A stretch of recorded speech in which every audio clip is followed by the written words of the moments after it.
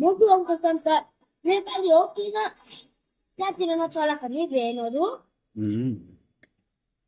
अटोमै राम्रो।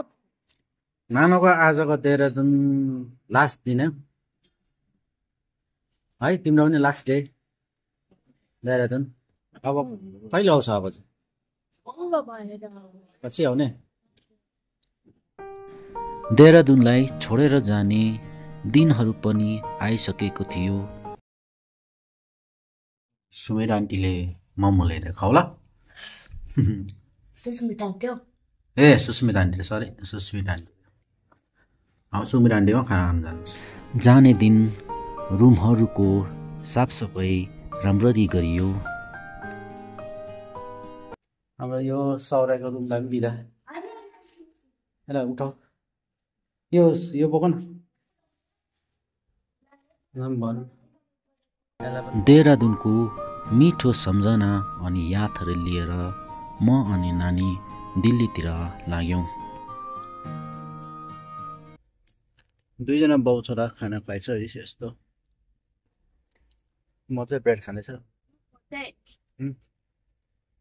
नानीलाई मैले बनाइदिएको रामेन म्यागी।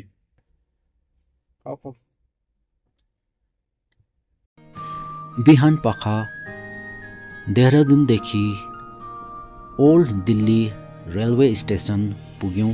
त्यहाँबाट फेरि मेट्रो हुँदै न्यू दिल्ली रेलवे स्टेसन पुग्यौँ। सौरा चिया पिउनुपर्छ अब।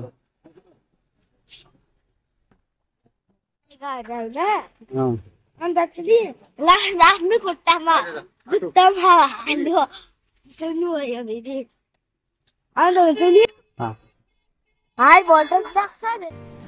धेरै सामानहरू थियो, तर मेरो नानीले एउटा ब्याग अनि हातमा मिरर बोकेर मलाई हेल्प गरिरहेको थियो। नानीको साथीसँग त्यही रेलवे स्टेसनमा नानीको भेटघाट भयो।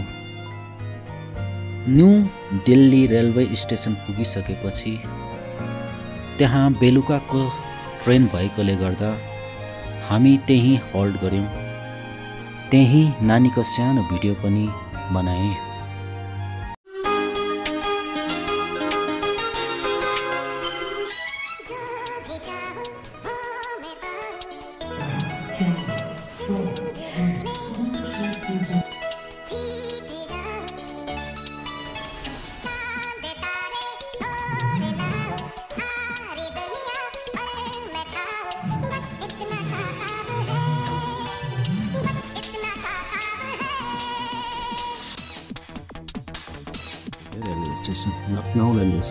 अन्तमा हामी न्यू दिल्ली एनजेपीतिर जाँदै गर्दा लखनऊ स्टेसन पुग्यौँ। 7 साल पहिला यो स्टेसनमा आउँदा नानीको उमेर महज 14-15 महिना मात्र थियो।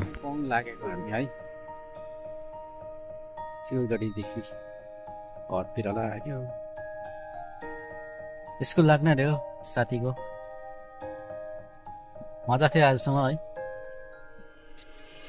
जाने भयो स्कुल। सालो घर आइपुग्न आँट्यो हामी। अस्ति देहरादुन, हिजो दिल्ली, आज सिलगढी, आज त कालिम्पोङ पुग्छौँ हामी। यसरी देहरादुन, दिल्ली, एनजेपी हुँदै सिलगढीदेखि बाई बस हामी आफ्नो घर कालिम्पोङतिर लाग्यौँ।